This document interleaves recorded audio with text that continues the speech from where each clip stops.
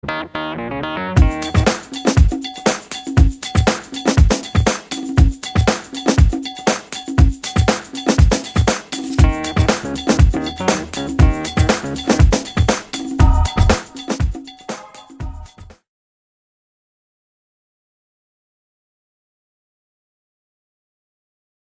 eso hablamos de la sociedad del conocimiento.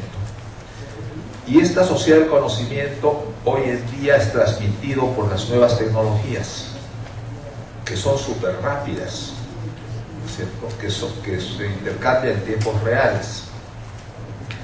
Esta economía está muy marcada por la imagen. Ustedes saben que estamos en una época de la imagen, de la comunicación, de la vía satélite, del DVD, del cine, de internet. Y si vemos los periódicos de hoy, por ejemplo, ¿qué es lo que se está en este momento presentando en la Bolsa de Valores de Nueva York? ¿Cómo se llama el inventor de Facebook? ¿Ah? Superman.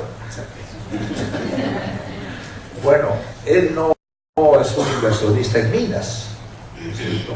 ¿Cuál fue su producto? Él concibió en su universidad. Los que han ido a ver la película sobre su vida recordarán que su descubrimiento en realidad fue pasar el álbum de fotos que uno tiene siempre de su escuela, su diario con fotos y mensajes, pasarlo a internet. Eso fue su invención, de que no solamente nos intercambiemos fotos y tal por correo, sino crear un diario de cada uno puesto en internet. Y eso pues se ha convertido en un fenómeno social planetario, y este hombre ha ganado muchísima plata con eso. O sea, no tuvo que invertir en el Perú en minas, o en Chile, o aquí. ¿Cuál es la naturaleza de su trabajo? Fue una invención, una innovación. Ha creado un producto cultural, ¿no es cierto? Y eso es lo que se está vendiendo ahora, acciones para poder ganar plata con él. Pero también así hay una serie de oficios, ¿no? Para mostrarte que esa invención tenía posibilidades de prosperar, porque había mucha imagen. No solamente el mensajito, la cartita, sino la imagen del que abría su Facebook, e imagen de las fotos de sus amigos, de sus amigas, en las fiestas, haciendo deporte. También había esa parte de la vida privada mostrándose. De tal manera que estar en internet ya no era solamente destinado a las artistas o vedettes de la televisión, sino a cualquier persona de aquí. Toda persona podría tener su espacio con sus fotos y tal. Esa es una idea poderosa, y con eso está ganando mucho dinero. Tal vez es el ejemplo más emblemático para mostrar que este tipo de industrias es la que tiene un gran desarrollo en el mundo. Y ya no hablemos de Google, ¿no es cierto? Google es una biblioteca planetaria. Nunca en la historia de la humanidad el conocimiento se ha democratizado como ahora. Los abuelos dicen, los jóvenes de ahora pueden leer muchísimo más en un mes de lo que ellos leían durante toda su vida. Y eso es un cambio cualitativo, ¿no es cierto? Uno puede con Google entrar a cualquier biblioteca. UNESCO acaba de colgar una biblioteca del patrimonio documental de la humanidad, y mirar eso no cuesta nada, y no hay que ir a París, y ya está ahí. Todos los documentos más importantes que ha generado la humanidad están ahí, ¿no es cierto? Entonces sí, esta época está marcada por eso, y eso se llama economía del conocimiento, eso se llama valor agregado intelectual, eso se llama valor agregado creativo, ¿cierto? O sea, nosotros aquí en Guatemala tendríamos que sacar todas las consecuencias prácticas de este tipo de economía. Y esta economía, de manera genérica, se llama las industrias culturales y creativas. Lo que hace el creador de Facebook es una industria cultural y creativa, ¿no es cierto? Ese es. Para mostrar algunos datos, hay países que viven totalmente de eso. Francia vive de su prestigio. Francia vive de ser Christian Dior, Chanel, Champagne, del esteticismo, la Torre Eiffel. Viven del turismo cultural, viven de los museos, ¿no es cierto? Todo tiene que ser estético, incluso los Mirage son estéticos. Hasta los misiles franceses son estéticos, para mostrar cómo. E Italia, ¿por qué la ropa italiana, digamos, elegante, cuesta tan caro? Porque Italia ha sabido explotar hoy esa tradición renacentista. ¿Por qué un Ferrari cuesta más que un Mercedes-Benz? Porque el Ferrari lo hacen los herederos de Miguel Ángel, ¿no es cierto? Esa tradición renacentista. Todo tiene que ser elegante, ¿no? Entonces viven de eso. Italia no produce oro, plata, pero tiene la más grande industria de joyería. Miren ustedes, a ver, ¿qué pasaría si los italianos tuvieran jade?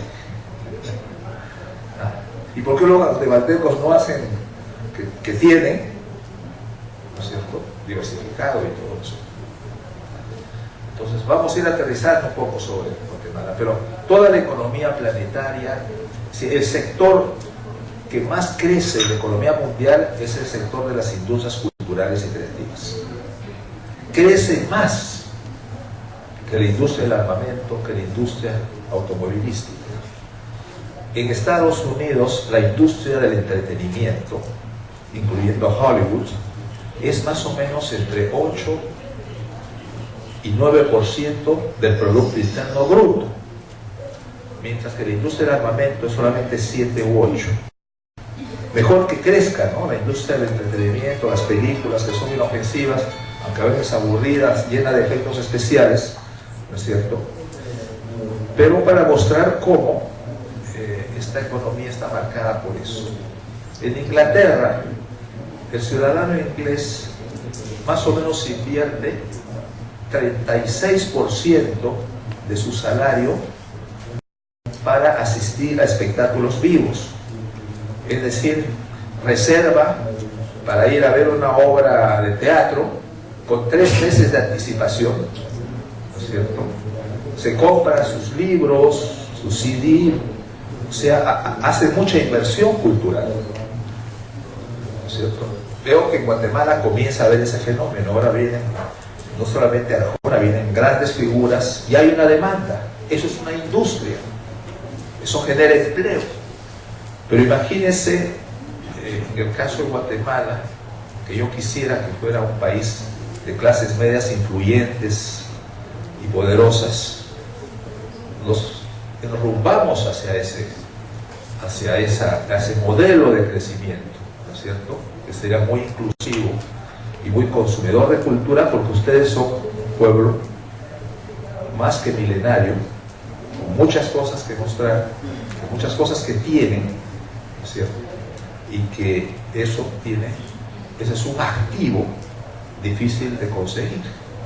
Nadie se puede convertir, digamos, en un país milenario. Si había que pagar por eso, no se podía comprar, ¿no es cierto?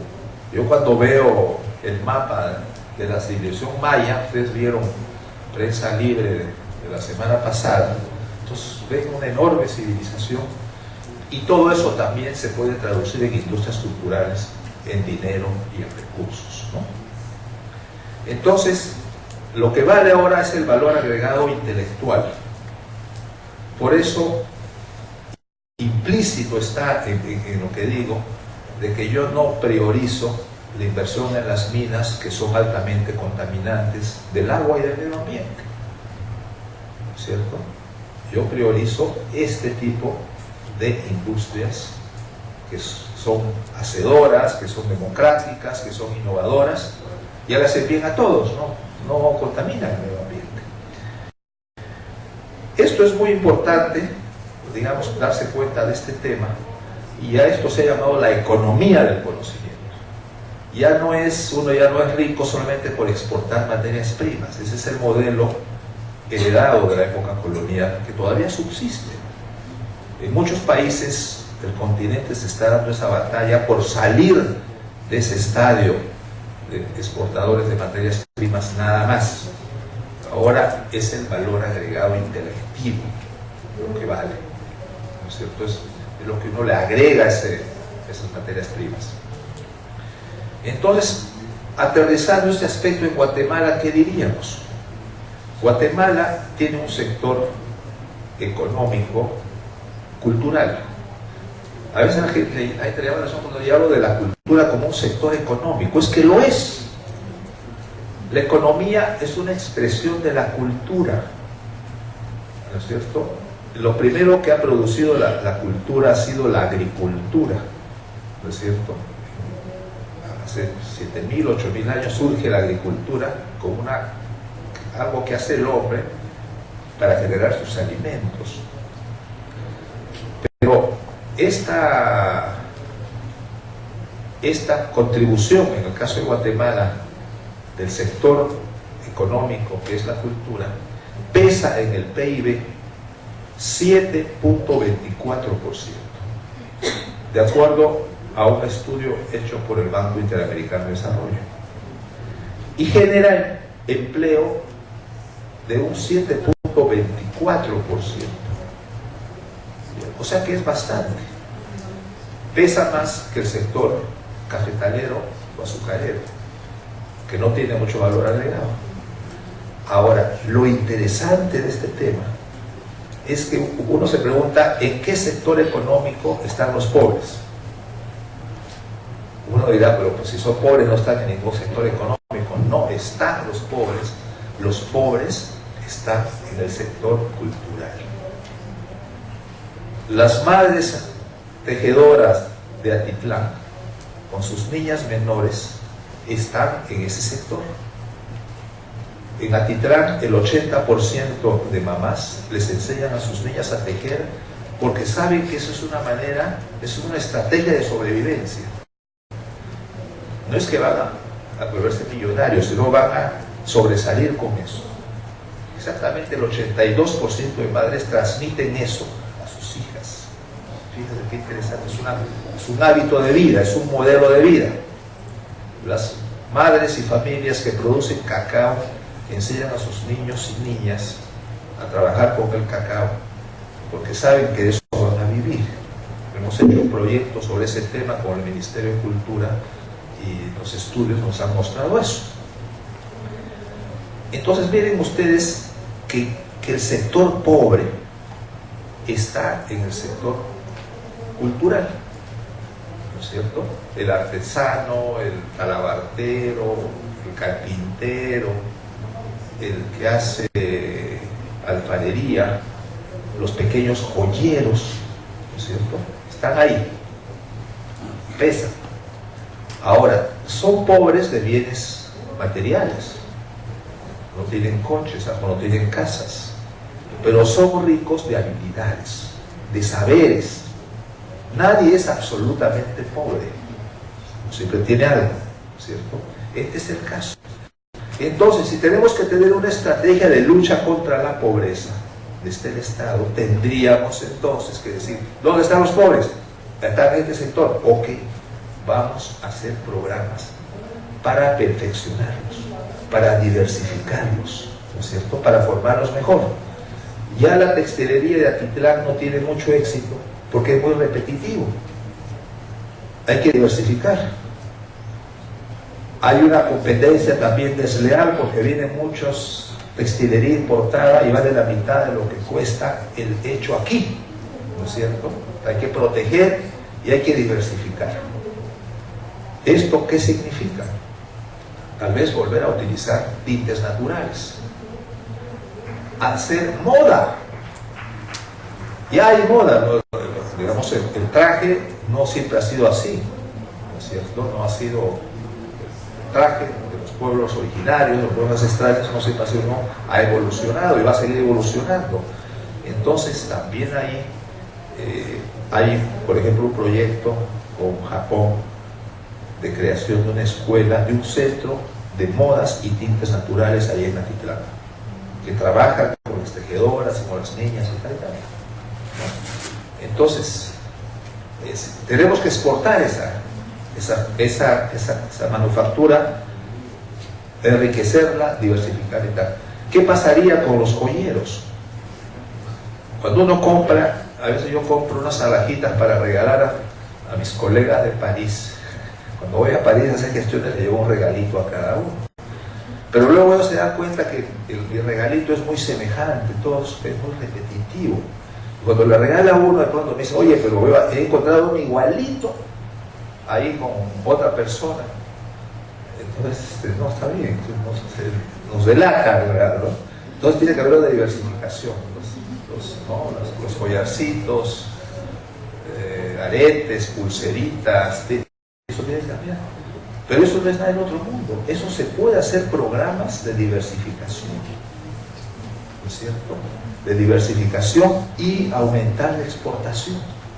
Y estoy seguro que los países europeos, países desarrollados estarían extremadamente interesados de eso.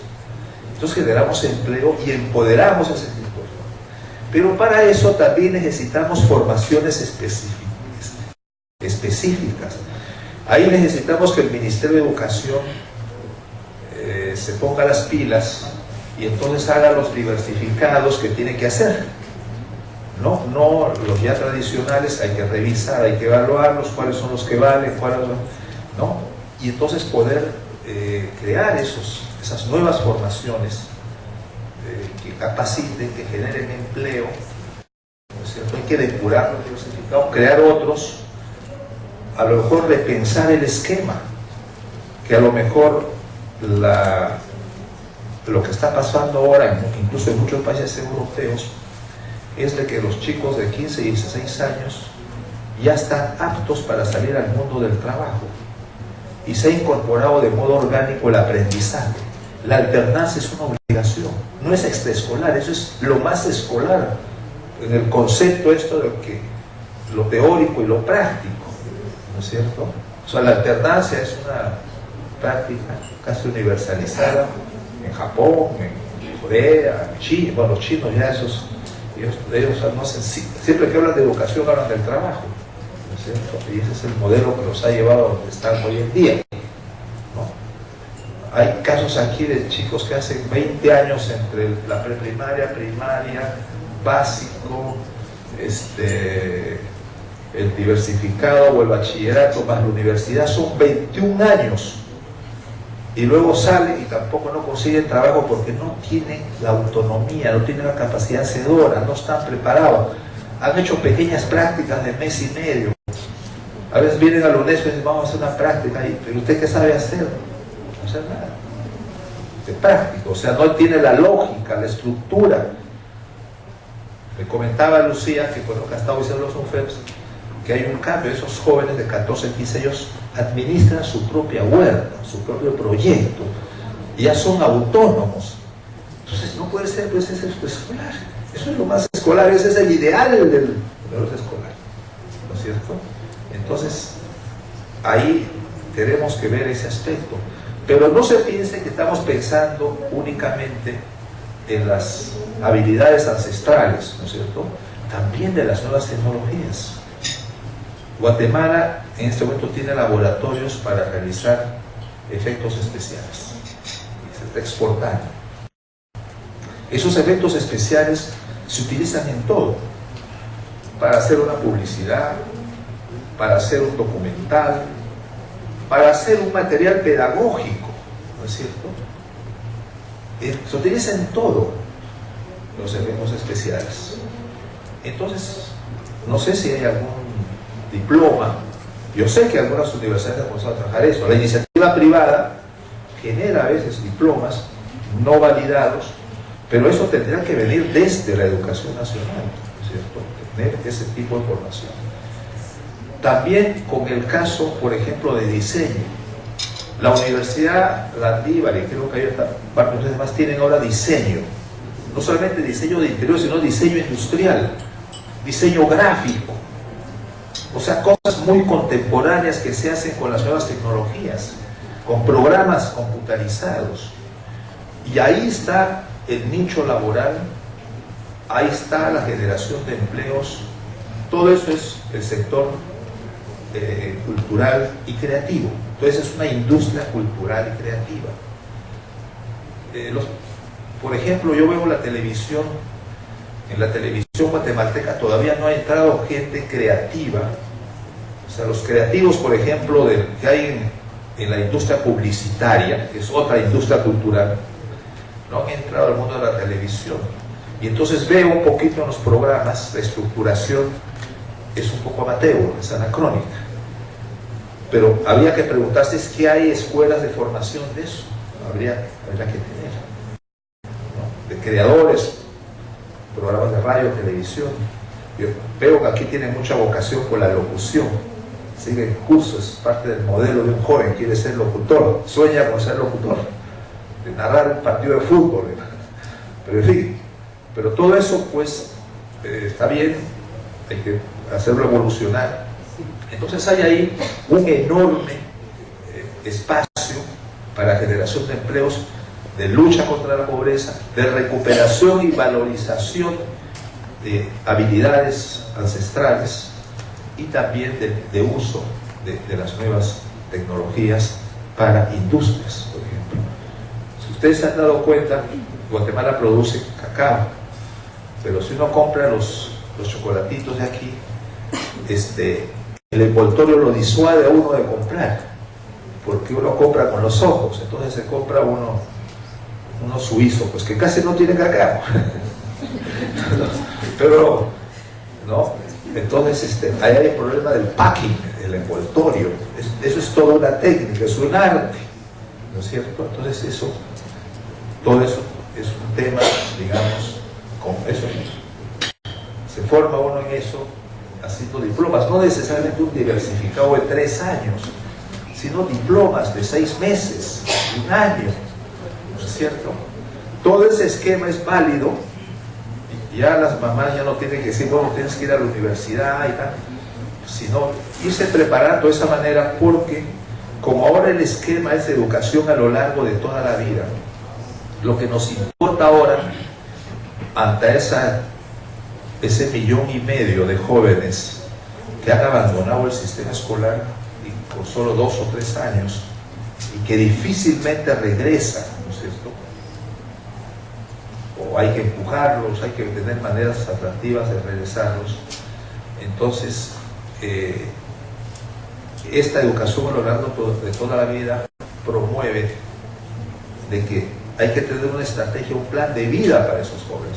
Mira, para que no estés tentado por las maras o por la delincuencia o el dinero fácil, entonces hay que formarlo temprano para que pase ese bache que, según información del Ministerio de Gobernación, que son informados en eso, la tentación es entre 14 y 24, ¿no es cierto? Entonces entre ese 14 y 24 hay que sacarlo de ese bache para que pueda salir al mundo laboral, tenga autonomía.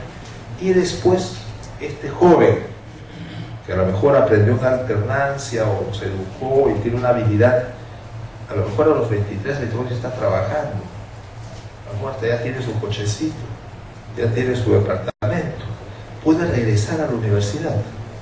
O sea, serían métodos modulables y digamos que se pueden contabilizar, o sea, puede reingresar. Ese es, digamos, también importante tener en cuenta.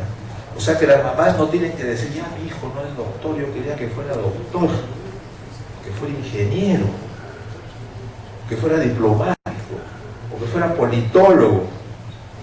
No, yo creo que los padres tienen que tener ese sentido práctico, ¿no es cierto? Yo creo que ahí también hay un trabajo que hacer con los propios padres, porque son ellos que influyen a ver cómo ven la esperanza. Un hijo, una hija es una promesa, es cierto, pero tiene que haber ahí un plan de vida, una astucia, cómo hacerle salir, digamos, de esos éramos difíciles, de 14, 18 años, ¿no es cierto?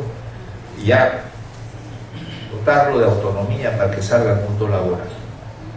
Por eso nosotros, ahí en UNESCO, y también es una opinión de Naciones Unidas, promovemos mucho el trabajo interagencial, ¿no es cierto? Interdisciplinario, intersectorial, que educación trabaje con cultura, por los temas que les estoy explicando, y trabaje con el Ministerio del Trabajo, porque curiosamente el Ministerio del Trabajo pues no hay ni siquiera una pequeña mesa orgánica donde trabajo y educación se reúnan y se digan sus verdades cara a cara. Miren, nos hemos hablado con los del trabajo y nos han dicho, no, es que cada vez que tenemos que pedir algo, eso es una relación muy formal, intersectorial, tiene que haber un protocolo. Probablemente, pero había que crear ahí yo no diría una pista de colaboración, una autopista, ¿no? Una comisión, un grupo de trabajo permanente, ¿no es cierto? Ahora la complejidad hace que el trabajo sea no cada una en su esquinita, sino de mucha colaboración entre ellos. Entonces, yo veo el tema del desarrollo de las industrias culturales y creativas como una estrategia nacional, ¿no es cierto?, que es la ventaja comparativa de Guatemala. Yo soy economista y siempre me fijo en eso. ¿Cuál es la ventaja comparativa? ¿Qué tienen ustedes? ¿Qué van a hacer con sus 3.000 años de antigüedad en el mundo maya? ¿Qué van a hacer con el Bactún? ¿Qué van a hacer con esas capacidades que tienen, esa tradición milenaria del jade, el textil, la biodiversidad, el cacao? ¿No es cierto? Ese es cómo llegar a la modernidad, a lo contemporáneo con esos recursos. Ese era un poco el mensaje que yo quería transmitirles. Esta tarde, hoy mismo, al mediodía, los compañeros del Ministerio de Cultura han organizado en el museo una jornada sobre cultura y desarrollo. Y vamos a tener, así como aquí, toda una jornada para el equipo del Ministerio sobre este tema, ¿no es cierto? Ya me he reunido hace 2 días con el equipo de patrimonio, ¿no es cierto?, que son los que manejan los museos. Y ahí también fue muy interesante escuchar de que no hay una relación orgánica entre el mundo de la educación, del saber y los museos. No hay ningún plan en el que esté previsto que los niños vayan a los museos masivamente. Yo creo que ahí hay otro tema. ¿Por qué? ¿Por qué el tema de los museos y del patrimonio es importante? Porque las nuevas generaciones de niños, niñas, de alguna manera están tocados por un déficit de autoestima, ¿no es cierto? Entonces, están entretenidos con el fútbol, con el Barça, el Real Madrid, todas las chucherías que ven en la televisión, todos esos catedráticos del fútbol que hablan horas y horas, y yo sé cómo pueden soportar que ahí los chicos sosmillan y discuten, ¿no? Todo eso es la sociedad del espectáculo, pues esa es la alienación también televisiva, la cultura de la imagen es eso, también, ¿no es cierto? Entonces, están un poco descentrados de los temas de la sociedad. También hay un discurso religioso aquí muy fuerte, ¿no?, del lado católico, del lado evangélico. Entonces los chicos ya no saben qué hacer y hablan de la antigua Palestina y de Israel como si se hubiera pasado la semana pasada, ¿no? Todos los días en la radio, en la televisión, saturado de esos, ¿no? Se invoca a Dios cada 3 palabras, como si Dios necesitara publicistas, relacionistas públicos, no sé. Yo soy un católico cultural y como peruano, pero veo aquí, pero entonces todo eso también genera una mentalidad de estos jóvenes, y yo creo que ahí lo cultural puede jugar un gran papel estructural. Por eso pienso que y eso le he dicho a mis colegas del Ministerio de Cultura, que no se que si bien es cierto, el INGUAT y el turismo es importante y genera ingresos, pero tal vez más importante es que de manera masiva las nuevas generaciones, los guatemaltecos, se apropien de ese patrimonio, que los visiten, que hayan excursiones escolares masivas, ¿no es cierto? Que a los 15 años pues, no les regalen un boleto para ir a Miami, que se vayan. Porque ahora ellos están globalizados, están interesados en conquistar el mundo, y qué bien, ¿no es cierto? Ese es un apotec machino. Hay que amar y aprender incluso a la víspera de la muerte. Fíjense, como filosofía de vida. Entonces, hay que combatir eso, porque esa es una mentalidad tradicional y tal, y eso también es bien hispano, ¿no es cierto? La idea del abogado, hijo abogado, ¿no? Entonces, eso ya es el pasado, y eso hay que hacer entender a las familias. También es el pasado llamar a lo que están haciendo ustedes extraescolar. En UNESCO ya no hablamos de extraescolar, porque entonces sería todo el mundo que ve internet y aprende por internet haciendo actividad extraescolar. Es el modelo de niño que primeramente que este niño aprenda a ser autónomo y que ayude a la construcción del país.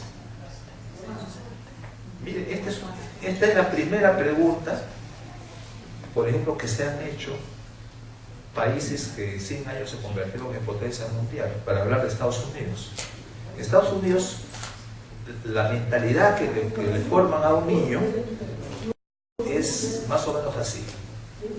Usted va a tener aspiraciones o a hacer lo que quiera, pero una vez que tenga una aspiración y quiera algo, entonces cada vez que piense eso, va a pensar también cómo lo va a lograr. ¿Cierto? O sea, tiene ambiciones, entonces, ¿cuáles son los recursos o la formación o la capacidad que tiene usted para lograr eso que quiere? O sea, se transmite una especie de educación estratégica. Un poco como la mentalidad de los chinos. Los chinos cuando hablan de algo inmediatamente, si te habla de educación, te hablan del trabajo. O sea, es una cosa así. Y es un modelo que les da éxito. Así como los franceses e italianos, para ellos es la innovación. Empiezan a ver cómo vamos a innovar, cómo vamos a darle actualidad. Entonces yo les pregunto aquí, esa pregunta yo me pregunté un poco también para la educación latinoamericana, ¿no? ¿Cuál es el modelo de niño? ¿Qué clase de niño queremos? ¿Un niño repetitivo, acrítico, que sabe las cosas de memoria, que es muy obediente? ¿O queremos un niño alerta, creativo, participativo, un poco molestón, o sea, que tenga carácter, personalidad, ¿no? Y yo creo que de esa pregunta, responder esa pregunta es válido, y en eso hay que poner el elemento creativo. ¿No es cierto? La creatividad es una cosa que se aprecia enormemente en los países orientales. Corea llegó a ser una potencia mundial en 2 o 3 décadas, porque mucha inversión en educación, mucha creatividad, mucha innovación. Japón igual. Japón salió de la Segunda Guerra Mundial. Japón no tiene petróleo, no tiene minerales, pero se volvió potencia mundial vendiéndonos sus camaritas por todo lado. Entonces yo creo que ahí hay un desafío para la educación del país, de nuestro país, Guatemala, y que en este caso yo creo que experiencias como las que ustedes tienen en esta dirección general es extremadamente importante.